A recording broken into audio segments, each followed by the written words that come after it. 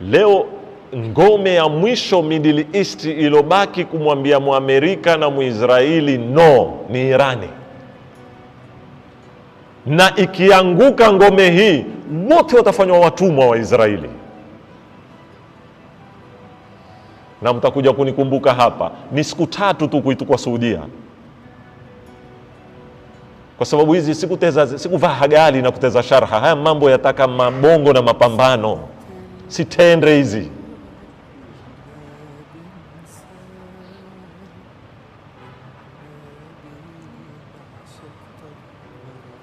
Miaka 87 mzee amepambana kwa miaka 40 na nguvu za kilimwengu. Watu waketizie hujadili leo limefika bomu la Irani ama halikufika. Yatosha kwamba Irani isimeme na superpower zote za ulimwengu, hana anayemsaidia. Yatosha kwamba ni fakhari.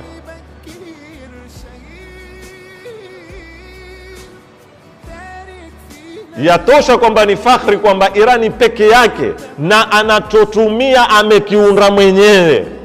Kiwe ncha mahogo, kiwe kikisikilia huua kuku, kiwe kikisikilia huua ng'ombe, hakiui mtu, hutoboa tavu, ni chake. Nyinyi mpaka maiki ya msikitini, mpaka hagali, mpaka makoti tunaovaa hatukutengeneza sisi. Watakutengeneza bomu. Ameipokea nchi kabla ya miaka 40 takriban. Nchi iko tiati, yatoka kwenye zita za miaka 8 na Iraki. Imam Khomeini amekufa, ameisafirisha nchi. Wakati akiipokea nchi haina hata kombora la kupigia kifaru. Leo ameiweka nchi katika sehemu ina satellite. Ameiweka nchi leo ni namba 10 ulimwenguni katika matibabu. Na lau dawa za Irani zitapewa nafasi bila ya zikwazo zitoke ulimwenguni, watu watashangaa. Best katika kutibu kansa ulimwenguni leo ni Irani, kwa kutumia teknoloji ya nyuklia. Na hizo ndizo zita zilioko, si bomu la nyuklia.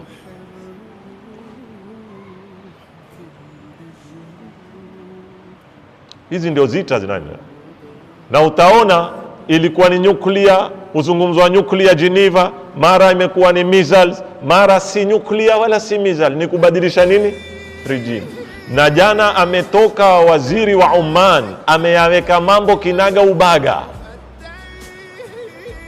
Amesema wazi mwisho, kikao cha mwisho, Irani imekubali kila kitu. Tumeagana asubuhi twenda kusaini. Asema mimi nikaamka nimeona ajabu, naona Irani yapigwa. Imekubali kustopisha ile takhsibul uranium, kusimamisha kila kitu. Asema neno abadan, abadan, never, never, never limekariri mara 14 kwenye deal. Irani anena never, hatutafanya. Saini kama mwa kweli tusaini deal kwamba si hata kutengeneza nyuklia wala hatofanya. Wameagana kesho technician waja kuzungumza kuiweka sawa, wasaini yake amka asubuhi uone Irani upigwa. So issue si nyuklia, issue si mabomu, issue ni lazima nyote muwe watumwa wetu. Atabaki mzungu ni yule mzungu mkoloni, atabaki mzungu alipo ni yule mzungu kiuaji, khabithi, anayekahaba vijana watoto na wanaofanya kila nini, wakiwemo Waingereza, Wafaransa, Wajerumani. Ni watu wangaya huku kwetu, si wema wetu, si wema wetu, si wema wetu. Ni hasara kubwa kumpoteza kiongozi kama huyu ambaye ametumia umri wake mtu mzima na amekataa kuondoka kwenye nyumba yake. Si adawi ati sijui kuna majasusi, amemuua nyumbani kwake na amekataa kuondoka pale pale. Ameuawa yeye na binti yake na mumewe binti yake na mjukuu wake. ndani ya familia wameuawa, mbali na wale makomando walouawa. Lakini Irani imethibitisha kwa muda mrefu haiendi kwa watu. Bunge la kwanza baada ya mapinduzi liliuawa lote. Imam Khomeini alipokufa watu walinena kuisha Irani. Na katika wimbi hili ni matumaini yetu, kuna wanazuoni wengi ndani ya Irani, kuna mabongo mingi ndani ya Irani, na insha Allahu taala patatoka mwenye kuzijaza nafasi zote, na Irani itakwenda mahala bora zaidi kuliko pale.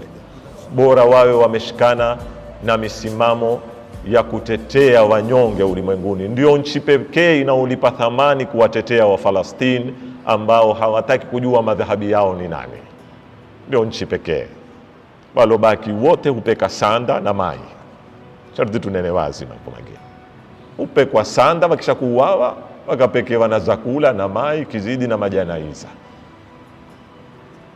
Inna lillah wa inna ilayhi rajiun. Tusivundike moyo wala tusibabaike, na hivi aliuawa Hamza mbele ya Mtumi, na hivi aliuawa Imam Hussein Karbala, lakini sauti ya Imam Hussein itaendelea kubaki ila yaumil qiyama, walhamdulillahi rabbil alamin.